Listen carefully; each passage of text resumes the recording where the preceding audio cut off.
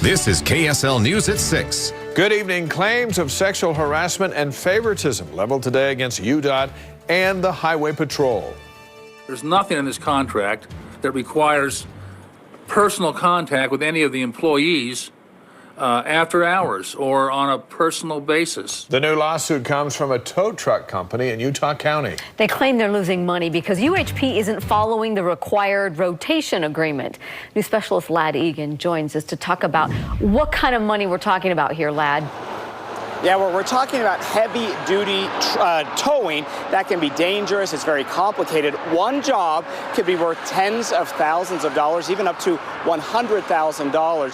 Dispatchers are supposed to rotate fairly among companies on an approved list, but this lawsuit says that's not happening. We don't know why it's happening, but it's happening and it's improper. Attorney Bob Sykes says West Coast Towing is losing money. $630,000 that's been lost.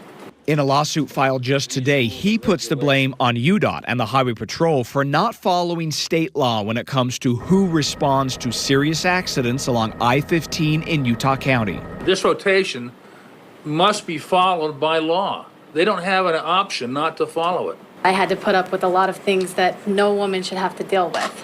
What's more, the lawsuit alleges West Coast Towing employee Heather Leva was harassed by a Highway Patrol trooper in charge of coordinating the towing rotation list. This included using a UHP police vehicle complete with flashing lights to pull Ms. Leva over to engage in petty, flirtatious conduct on the side of the road. We're being told by him, and he said it to me, don't give me a reason not to like you.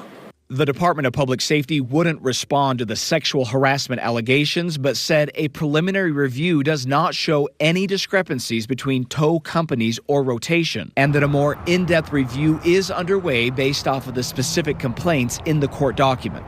There has to be some sort of personal gain for whichever trooper is allowing them to remain on scene.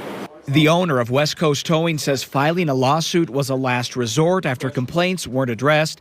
He asserts someone is benefiting from the situation. There are definitely some paid-to-play troopers out there, guaranteed. Those allegations of troopers benefiting financially are actually not part of the lawsuit.